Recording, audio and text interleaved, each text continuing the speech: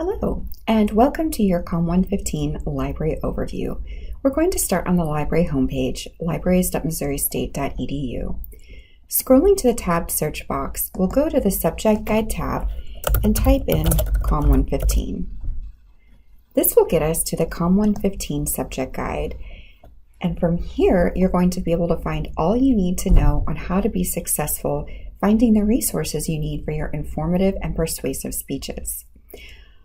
On the guide homepage, you will see this overview video, information about Lemire Library building, access to library resources, and how to get answers to your library questions with Ask a Librarian. Before we dive into the different speech tabs, let's take a look at finding credible sources. For both of these speeches, you have to have a number of sources from either library databases or Google Scholar, but you're allowed to have one each, a source from online, but it still needs to be credible. Finding credible websites or online resources can be tricky.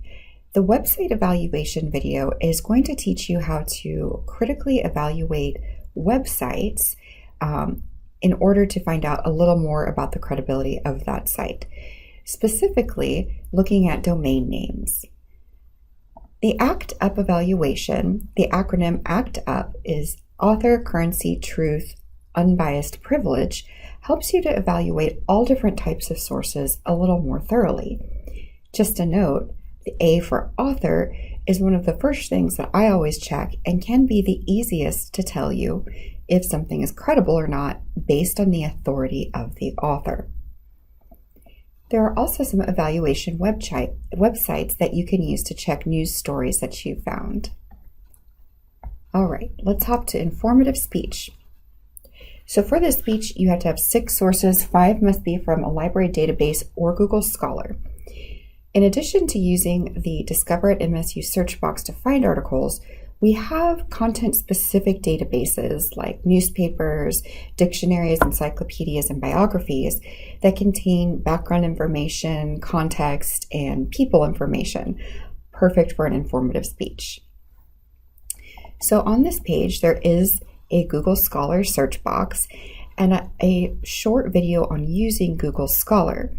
One of the biggest things students run into with Google Scholar is hitting a paywall and getting articles full text. We talk about that in the video. The Discover at MSU search box is our comprehensive library search. It searches most of our things. There's a short video underneath it with tips and tricks on how to use that effectively. And then you've got the list of these different content-specific databases. So biographies for information about people, dictionaries, encyclopedias, and newspaper databases. Newspapers can be really good sources when you're wanting to find the most current information on a topic. Since newspapers are published mostly daily, you have a better chance of finding a current newspaper versus a current other type of source.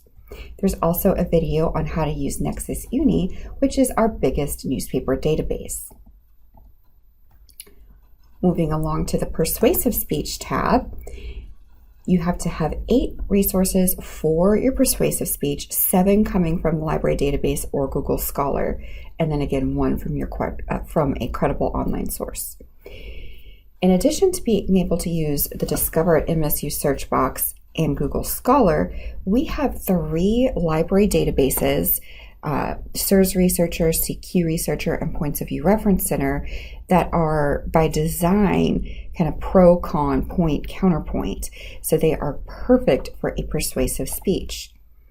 There are descriptions of each database underneath the title, and you can just click the link to get there, and short videos on how to use each one.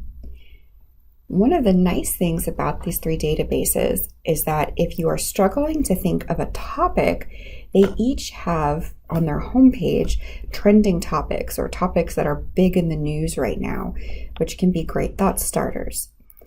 Also, using those trending topics, you can be confident that there is going to be lots of good current information on them. So any of those 3, CQ, SIRS, and Points of View. Sometimes you can also find good information for your informative speeches in these databases too, because in the reports, there will usually be an overview of a topic. So good for lots of reasons. All right, we've looked at finding credible sources. We'll hop to the how-to. This page has several video tutorials that go over other things that you may want to know how to do, including finding different pathways to full text and using interlibrary loan if needed. There's also a link to our citation and style guide and the APA formatting and style guide in OWL at Purdue. Anytime you are using a citation generated from a database, you will want to double check it against a style guide, and this one is my favorite. So that is a really quick overview to the COM 115 subject guide and how to get to the different types of information you will need for your speeches. Let us know if you have any questions.